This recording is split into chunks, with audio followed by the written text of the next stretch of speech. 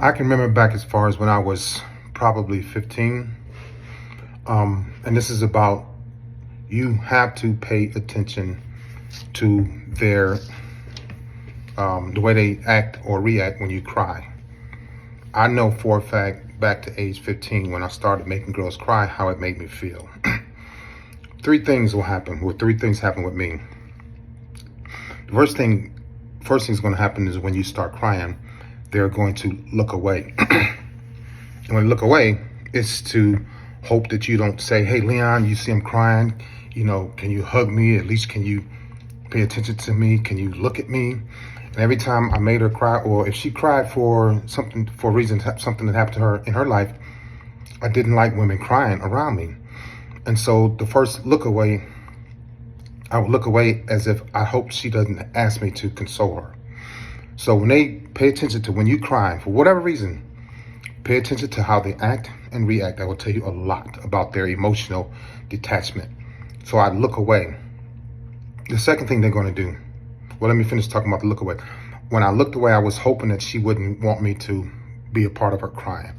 I didn't want her to say, "Can you at least hold me while I cry, while I grieve?" Whatever it was, I didn't want to hold her. I didn't want to get close to her. I didn't want her tears on my shirt. And this is from the bottom of my heart. I remember this. I'm not saying from my heart in a emotional way, but I'm saying the truth. I remember feeling this way. I didn't want her tears on my shirt.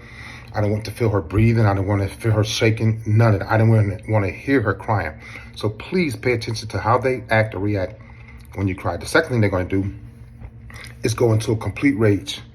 Well, I don't want to trigger anybody, but what you crying for? It ain't that serious. It ain't that bad. I don't want to hear that. This was me. I didn't want to hear it. I didn't. And I would let her know. Either I made her cry or something bad happened, so I didn't want to be a part of tears. I remember somebody made me cry when I was a little boy, and I'll never forget that. I said, "I'll never cry again for nobody." And it stuck. This is why they talk about narcissism happening in the childhood. We don't get deep into it, but the crime. So pay attention to how they act and react. And the third thing they're going to do, and this is what I did. When she cried, for me to get out of this funk, get out of this bad mood of hearing her cry, I said, if I go over to her and I kiss her, and it's not to console her for crying, it's to make myself feel better because I was turned on. So if I go over to her and kiss her and she kisses me back, and I touch her and we engage in sex, that's what I wanted out of her crying. I wanted sex. And so it was really sickening to me. It was scary. But those three things, when they're going to either look away, they're going to get real angry, or they're going to want to touch you and engage in sex while you cry. And if they do, and you give them sex, they feel empowered. So now you're crying because you love them, or you like them, or you need them, or you're that deep into them, even though you're hurt. Please keep that in mind. When you cry, pay attention to how they act or react, and I'll tell you a lot about that person.